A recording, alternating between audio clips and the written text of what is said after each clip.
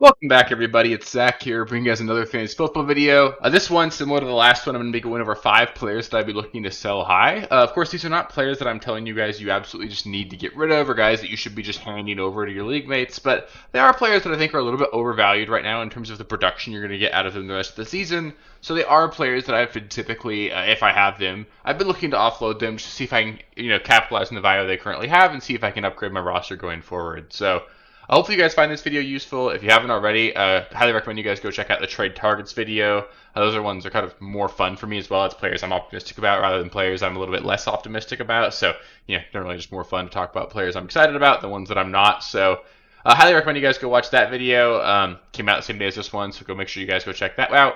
And then, yeah, I'll just get into it. And then, of course, any specific trade questions you guys have, just let me know in the comments. I love interacting with you guys. It's a lot of fun.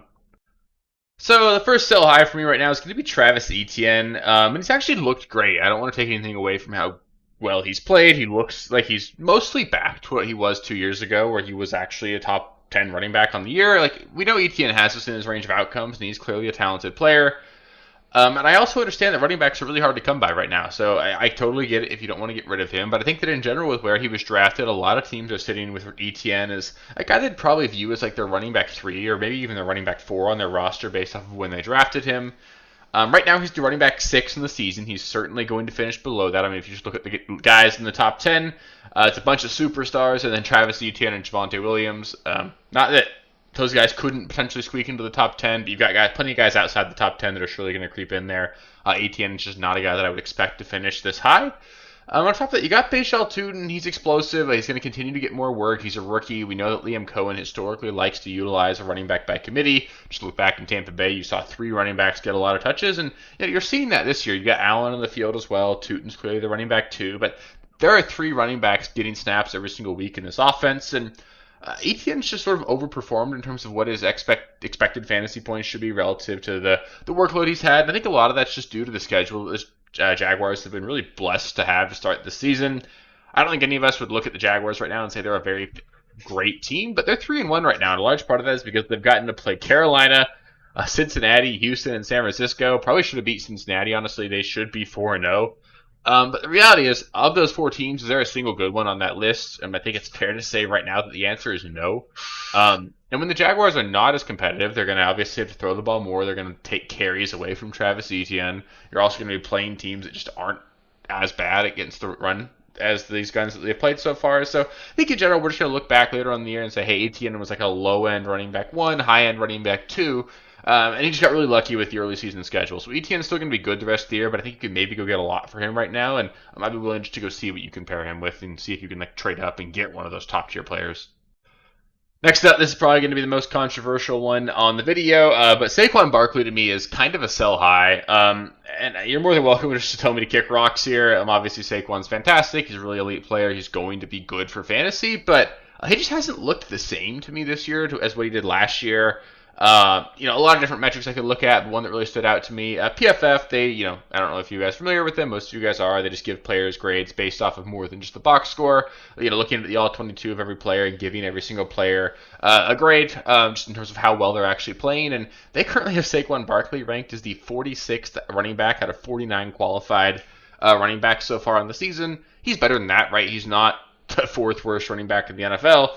But it's fair to say that he just hasn't looked as explosive as he did last year, and it makes a lot of sense. We've seen historically speaking that whenever you have players that get the kind of workload Saquon got last year, which was like a 450 plus touch season, and then you got into the playoffs and won a Super Bowl, right? So you could not have played more football than Saquon Barkley did last season. You couldn't have been utilized more heavily per game than Saquon was used last season, and that just takes a toll on you. Saquon is not 22 anymore, right? He's in his late 20s. He's certainly a player that is going to be a little bit less capable of taking that wear and tear over the course of a full year and then turning that around into another great year the following year. And on top of that, Philly really just doesn't look the same on offense right now to me. It's just tough when you have an offense that's kind of struggling. They're winning games because their defense is fantastic, right? But they're not going to be a team that I expect to go out there and put up 30 every single game. Saquon is not going to be involved as a pass catcher, and he's just never going to be in this offense. They don't need him to be. They can't even get A.J. Brown the ball in the passing game. Saquon Barkley is going to be 3rd at best in the pecking order there, so I wouldn't expect a whole lot of receiving production. And basically what that means with Saquon, when you're pairing the lack of receiving upside, the lack of short yardage upside because you've got Jalen Hurts just getting pushed into the end zone whenever you're on the one.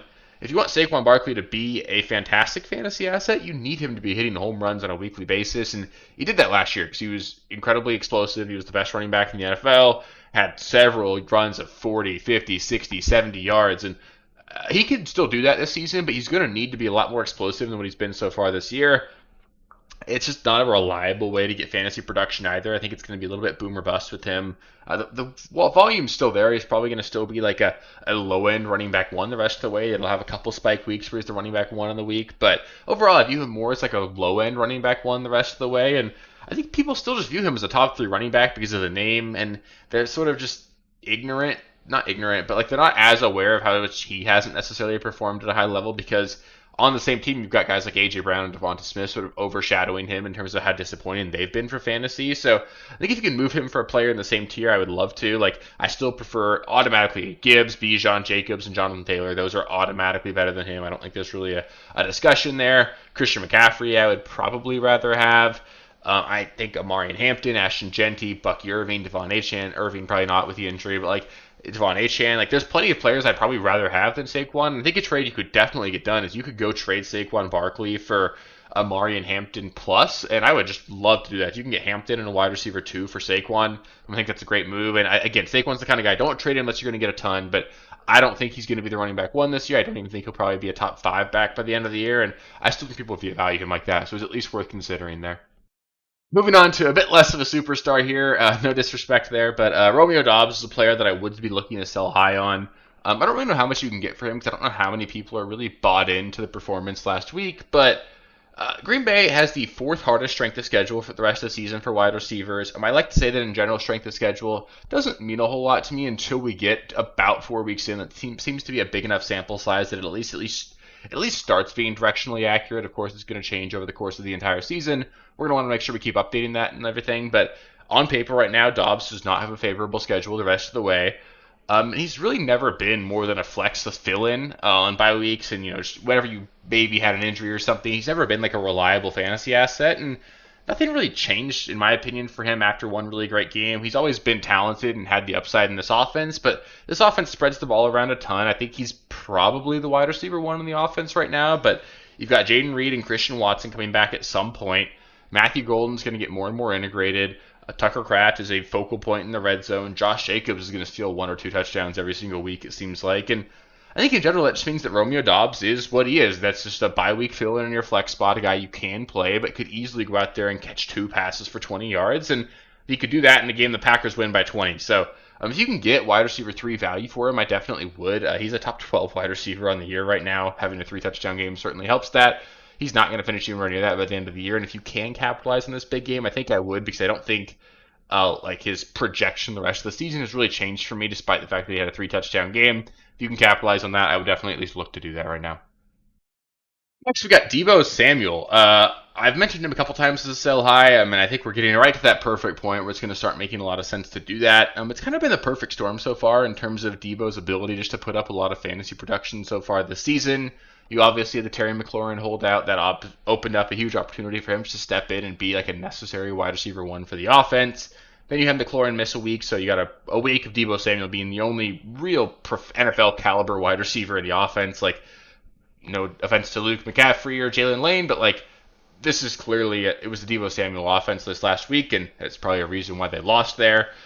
He's had 3 amazing matchups so far of his first 4 games. You got New York, Green Bay, Vegas, and Atlanta. Again, I like looking at what the first 4 games have been so that I don't get too caught up in what the production is. I want to at least put it in the context of the matchups they've had. And if you look at those, Vegas, Atlanta, and New York have all been horrendous on defense. And then Green Bay, 1, he got it done in that game only in garbage time. And 2, Green Bay just showed last week they might not be very special on defense either. So you potentially had 4 great matchups in a row on an offense that didn't have Terry McLaurin because he was either acclimating from his holdout or he was hurt. And it just really set up really well for Deebo to go out there and have a monster performance. On top of that, he's an older player. It just makes a lot of sense. We see it all the time with these older players. They start off hot. They sort of trend off over the back half of the year. I think we're probably going to see that with Keenan Allen over the course of this season.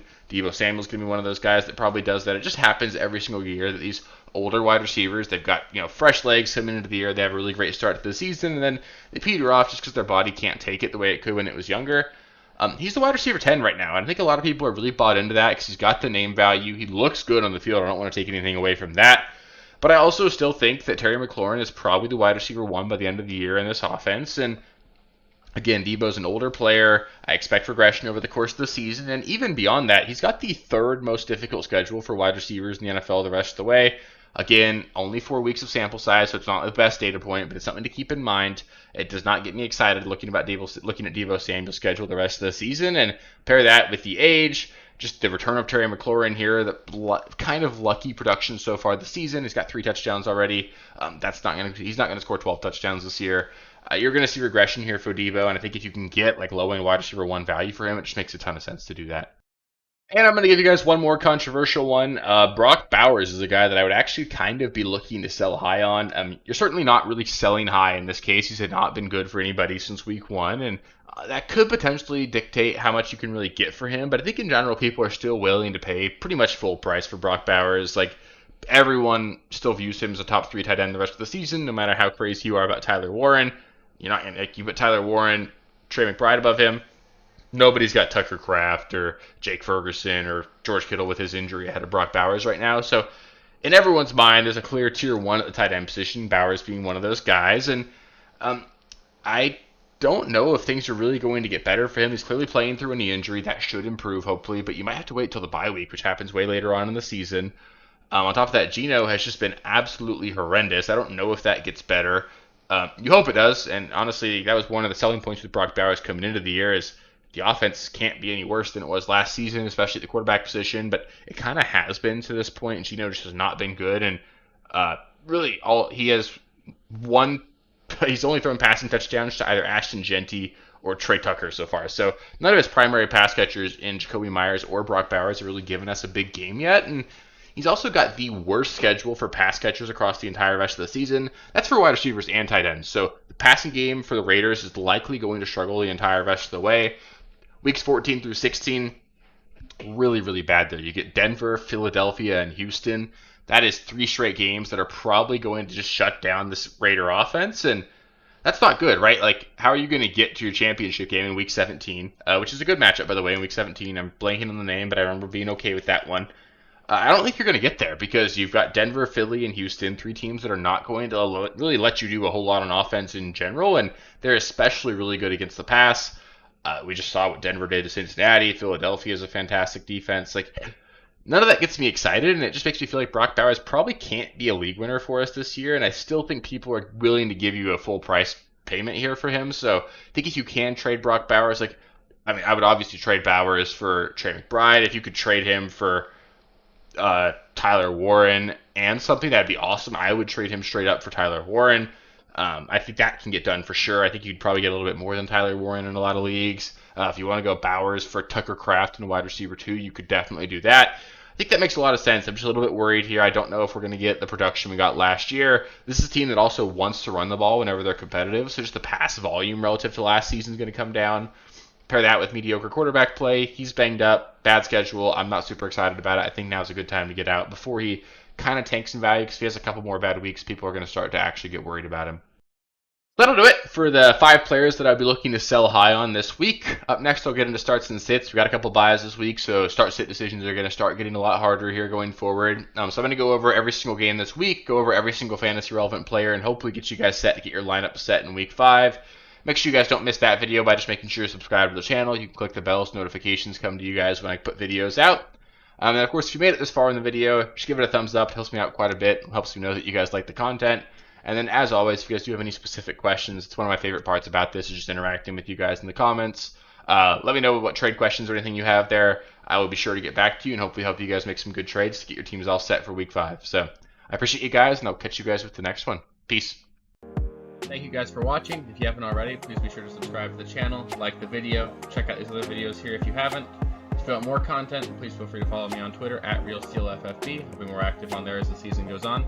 Thanks. Catch you later.